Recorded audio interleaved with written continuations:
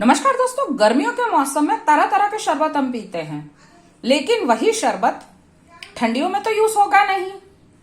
आज मैं लेकर आई हूं एक बिल्कुल नई नवेली रेसिपी, घर में बचे हुए गर्मियों के शरबत और ब्रेड से बनने वाली। आप उसे मिठाई भी बोल सकते हैं, डेजर्ट भी बोल सकते हैं। स्वीट का बहुत अच्छा ऑप्शन, फटाफट बनने वाली रेसिपी और लाजवाब स्वाद वाली। आइए बनाना शुरू करते हैं दोस्तों। उसके लिए सबसे पहले मैंने ले ली है कुछ ब्रेड, जैसे कि आप देख रहे हैं। अब सबसे पहले हम ये करेंगे कि ये जो ब्रेड है उनकी किनारियां जो हैं उनको चाकू की मदद से सबसे पहले तो चारों ओर से हल्के हाथ से निकाल लेंगे।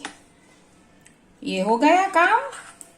अब ये किनारी निकालने के बाद ब्रेड जो है उसको हम सेंटर से कट करेंगे और उसके बाद अब एक और कट।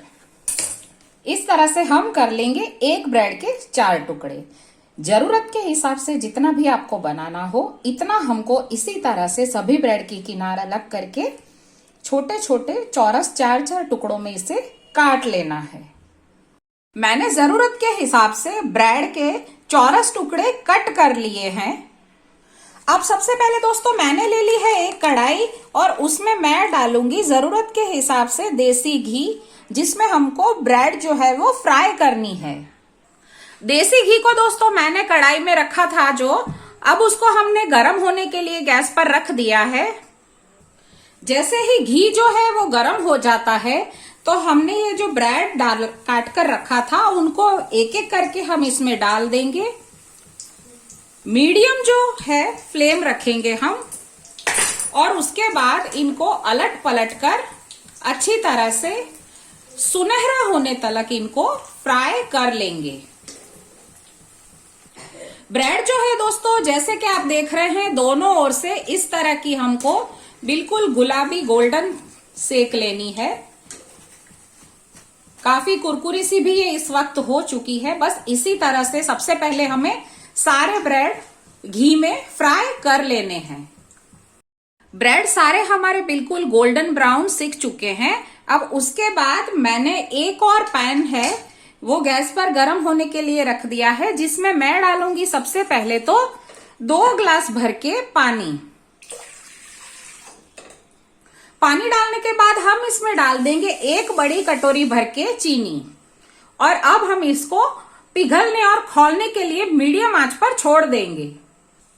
जैसे ही चीनी वाला पानी जो है वो खौलने लगता है तो एक बार हम इसको चम्मच की मदद से मिक्स कर लेंगे।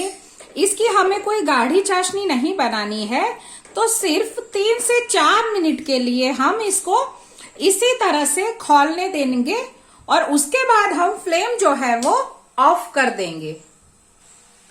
3-4 मिनट के बाद हमारी ये जो चाशनी खौल रही है तो फ्लेम जो है वो तो हम सबसे पहले ऑफ कर देंगे और अब हमने ये जो ब्रेड फ्राई करके रखे थे उनको थोड़ा थोड़ा करके हम इसमें अच्छी तरह से डुबा लेंगे। ये जैसे ही थोड़ी बहुत चाशनी अपने अंदर समा ले तो उसके बाद तुरंत ही हम इनको इस तरह से बाहर भी निकाल लेंगे। इसी तरह से हमने जितना भी ब्रेड फ्राई किया है सबसे पहले तो उनको हम चाशनी में डुबा डुबा कर बाहर निकालकर एक थाली में रख लेंगे। ब्रेड सारी चाशनी में डुबा के साइड में रखने के बाद दोस्तों मैंने एक पैन में रख दिया है आधा किलो दूध गर्म होने के लिए। इसको हम सबसे पहले तो एक उबाल आने के लिए मीडियम आंच पर रख देंगे। जैसे ही दूध जो है वो उबलने लगे तो हम डालेंगे इसमें लगभग 100 ग्राम जितना मिल्क पाउडर। मार्केट में बहुत ही आसानी से मिल जाता है दोस्तों। और अब यहाँ पर मीडियम फ्लेम करके इसको हम बिल्कुल अच्छी तरह से, सबसे पहले तो गट्ठे ना रहे इस तरह से मिक्स आपस में इसको कर लेंगे। ध्यान रहे दोस्तों यहाँ पर हमको चीनी वगैरह कुछ भी नहीं डालना है, बस हमको दूध के अंदर मिल्क पाउडर ही डालकर बॉईल करना है। तो फिलहाल सब कुछ मिक्स हो चुका है। अब हम इसको अच्छी तरह से मीडियम आंच पर 2 से 3 मिनट के लिए खौलने देंगे। 2 से 3 मिनट के बाद हमारा दूध जो है वो जैसे कि आप देख रहे हैं अभी काफी गाढ़ा हो चुका है। लेकिन अभी हमें इसको थोड़ा सा गाढ़ा और करना है। तो इसी तरह फ्लेम जो है वो मीडियम हम चलने देंगे जब तक कि ये एक गाढ़े मिश्रण के रूप में नहीं आ जाता। सिर्फ 5 मिनट के अंदर ही दूध जो है वो सारा सूख चुका है और ये जो मिश्रण था वो एक गाढ़े मावा जैसे रूप में बदल चुका है। बस इसी वक्त हमको फ्लेम जो है वो ऑफ कर देना है, क्योंकि ये मिश्रण अभी ठंडा होने पर और भी गाढ़ा होगा। बना हुआ मिश्रण जो है अभी लगभग ये आधे से ज्यादा ठंडा हो चुका है। इस वक्त हम इसके 2 हिस्से करेंगे, क्योंकि मेरे पास शरबत जो है वो 2 से 3 फ्लेवर का बचा हुआ है। अगर आपके पास एक ही फ्लेवर का शरबत है तो आपको हिस्सा करने की जरूरत नहीं है, और अगर ज्यादा है तो आप अपनी मर्जी के हिसाब से 2, 3 या 4 हिस्से भी कर सकते हैं। मैं इस मिश्रण के 2 हिस्से कर रही हूँ और आधा हिस्सा जो है उसको एक दूसरे बर्तन में निकाल लूंगी। 2 हिस्से करने के बाद हमने अब इसमें कोई मीठा नहीं डाला था, तो एक हिस्से में मैं डाल रही हूँ पिस्ता सिरप। जरूरत के हिसाब से आप अपने मीठा डालिए इसमें, और अच्छी तरह से आप इसको हम मिक्स कर लेंगे। खूबसूरत सा ग्रीन कलर आएगा, बेहतरीन खुशबू आएगी, और साथ ही में हमारे लेफ्ट ओवर शरबत जो है उनका बेहतरीन यूज भी हो जाएगा। अच्छी तरह से मिश्रण को सबसे पहले तो हम मिक्स कर लेंगे।